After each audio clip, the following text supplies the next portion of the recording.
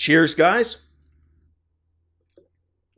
Epix 911, welcome to the Gaming Friday edition of VR Roundup, Episode 6, Friday, November 3rd. Lots to talk about in VR, current events. Before we get that, we're going to touch on a couple of things quickly. First off, the lower this is, the more takes I've had to do. So look for that, and if you see it low in future, it's because I've done a lot of takes. This one of those episodes where there's been a lot. So first thing I wanted to touch on is audio. And I think the audio has improved tremendously from those first early episodes where I was using a webcam microphone, then transitioned to the Blue Yeti. But even those first recordings, they were low, they weren't good. It's gotten better, thankfully, a lot of help from you guys and just getting better with editing. What hasn't really improved is the quick looks and interview style, like the Halifax VR arcade show. I was happy with the show. I liked the content. The audio was arse, though. So, number one thing I wanted to improve. Mentioned last week I was going to do some quick looks this week. Well, held off on those thanks to Patreon supporters. Now, they're aware of this already, and we spoke at length about the first backed purchase. So, thank you guys for that directly. This is the Boya Lav style microphone. Can't wait to use it. This is going to be used for the quick looks that I've been working on and future interviews. So really excited about that, which means, yes, in future, I'll eventually have a couple of these for guests as well, and I'll be able to sync up the audio nicely. And it's not for lack of trying. It's just distance-wise from the Blue Yeti, it's problematic. The camera audio recording itself, not really good. I even tried boom mics, not much better than the camera. So hopefully that makes a bit of difference. The other thing I wanted to touch on was the forums for the channel. Launched those last year in fall, but because of the full-time job and the daily format, I just couldn't keep up with the forums. And not just a matter of moderating, I had assistance from some of you for that, but just trying to be active on it, period. Well, now that the Daily Show is no longer, and I said I would try to make a comeback for the forums at some future point, we're going to do exactly that. They're still active. I just don't link to them, and I haven't promoted them for about 10 months now. When I'm ready to do that, which will be within hopefully the next week, I will announce it. It's going to have Discord channels. We're going to represent all the VR solutions. There's going to be channels to hook up with people for multiplayer, cooperative play. In short, I think it's going to be awesome and can't wait to start using those again, as well as stuff like buy and sell for used graphic cards, whatever that's VR related. So look for that as well. All right, guys. I've said on this channel, I am open to all controllers, and I strongly believe, now that I'm not, the elitist guy that I once was, that the right controller for the task, yes, it's going to be subjective. People are going to have different opinions on it, but I truly believe that certain controllers just work better in general. Wheels for driving games, HOTAS for your World War I style dogfighting games. Then, of course, you've got the yoke, etc. for your more advanced flight simulation, etc. Mouse and keyboard, yes, it's really good for FPS, and I'm not going to get into that whole thing. Like I said, I did that when I was much younger, but the one thing really missing, all of those controllers that I mentioned have made the transition to virtual reality, but the mouse and keyboard really hasn't. Well, the mouse has, but the keyboard, not really. Sure, those who can 10-finger type, they're not really concerned. Once you've got that initial contact, you just type. Well, HTC and Logitech is working on a solution for those who aren't as able to, type without seeing the keyboard, or maybe aren't 10-finger typists. They're working on an application that is basically going to provide the user with an overlay virtual representation of their keyboard in any VR application developed and based on Steam VR. All that's needed is the application and a tracker that's going to get affixed onto your keyboard. That way it can provide an anchor point, like the initial anchor point and ongoing anchor points. Currently, Logitech is accepting applications for 50 of these units. The software they're calling Bridge SDK. So 50 slots open until the 16th of November. If you're a developer and that is of interest to you, sign up for the Bridge SDK and the tracking capability. Our longtime viewer of the channel turned me on this morning to a game called Pulsar Lost Colony. We were just chatting on Steam, he mentioned it, and never heard of this game, guys. It's a space game where up to 5 players can play cooperatively. Each person has a role, kind of like the Star Trek Bridge Crew game. You've got captain, weapons, science, engineer, comms. It has FPS, RPG, very light elements, kind of like the level ups, skill ups that you get in some FPS games. Overwatch, for example. You can use those to improve your character. Your character gets saved host side. So it's not a cloud-based game in the sense that you're playing with, random people, adversarial style. No, this is cooperative play where you and 5 buddies play cooperatively. You can change roles.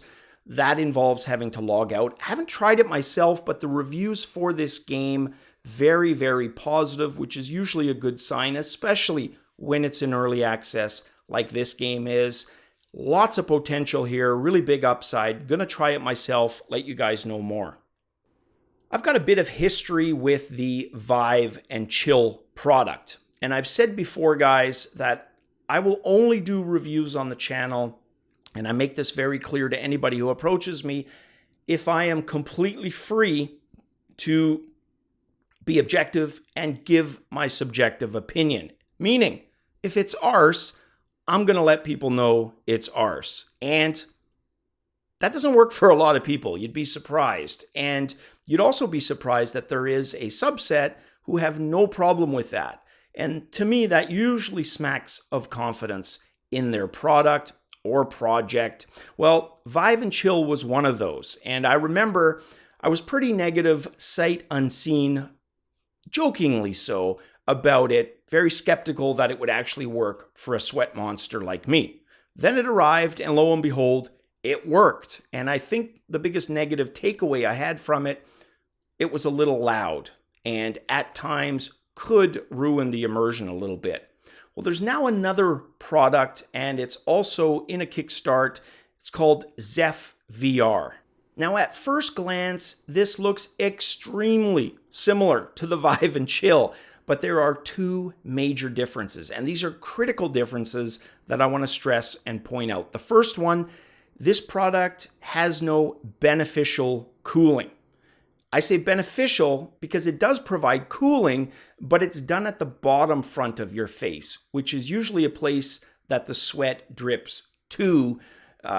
It doesn't really matter that it originates there because anything higher is going to ruin that effect. So yes, it does provide some cooling, but it's not beneficial. And the second difference, the product doesn't pretend to make that claim.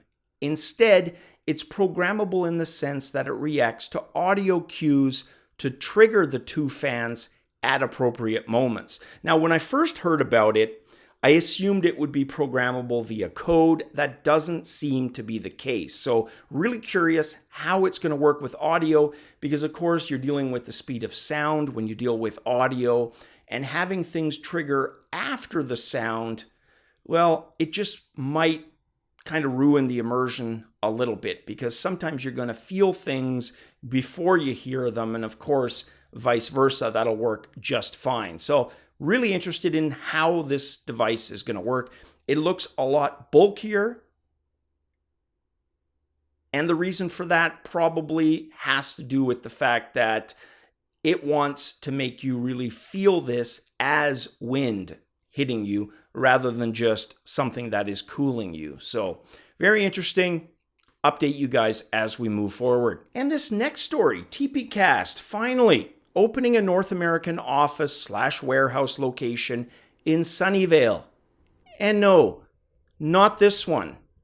Although that would have been pretty cool to see Bubbles carting around TPCASTs in grocery carts. But no, this is Sunnyvale, California. General Manager Udi Utman is going to be leading the location. Him and his team building the required sales and customer service channels to base their sales and distribution for North America at that Sunnyvale, California location. Their next objective is to start that distribution, and they hope to do that sometime this month. So sometime this November, we can expect the TPCAST to start rolling out. Can't wait. Okay, next up, and this is not promotional to do with Alex and his Cybus. I think it's safe to say there's a lot of promotion when you see them in the background because they do rock and they do what they're designed to do, which is hold your HMD. No, I'm here to talk about something that he's doing completely different, which is really freaking cool. I hope to do something similar, probably linking to his via those new VR forums, and that is his new video series. What he's going to be doing with this is covering all of the sales and promotions currently on for games. Tuesday, it's going to be Sony PlayStation VR, and then Friday, he's going to have a video for Rift, Vive, Windows Mixed Reality, etc. So here's a little snippet. It's probably been playing in the pip window. Let's go full screen for a few seconds.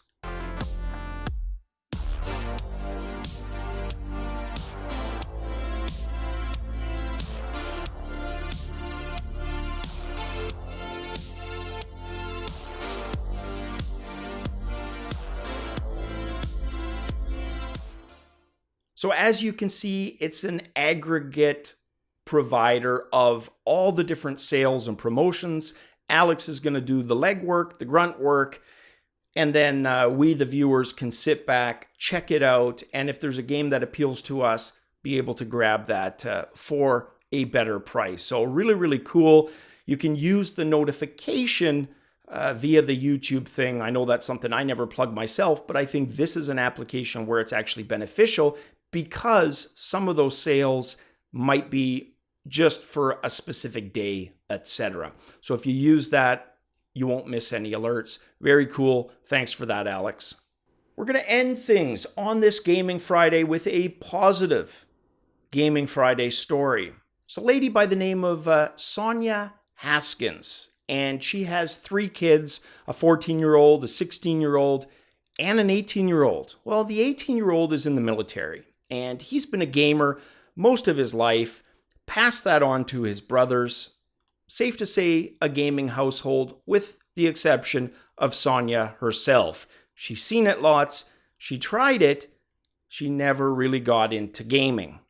And in the Halifax VR interview, Dan, one of the owners, brought up a really good point on calling virtual reality games experiences. In other words, calling them all experiences to separate them from the perception that it's just a game. And he did that neat with holding up the controller before he starts and saying, if you're here for this, well, you may as well leave because it's not this, right? Holding up a gamepad. Well, that was Sonia's impression with VR. Until just before her 18-year-old was going out for military deployment, he brought her to Best Buy, purchased a Rift, configured it, and let her try Robo Recall. And man, was she hooked. Absolutely smitten, 180, complete pivot, now can't get enough of it. And it's one of those things that we've stressed time and time again. The first is if you've tried a game, or rather, if you've played a game outside of VR that you didn't like, give it a shot inside VR. And I've had to practice what I preach on this a few times because I forget that. Try it in VR because the experience can be so completely different, you might enjoy it this time. And that has happened to me. But the same also applies with gaming in general. Just because you might not be a gamer outside of VR, give it a try. You may absolutely be enthralled with it, like Sonia is. Very, very cool story. And just, again, showing us all the power of VR. Well, guys, that is it for this Gaming Friday edition of VR Roundup. Have a kick-arse weekend, and we'll catch you guys Tuesday. Cheers.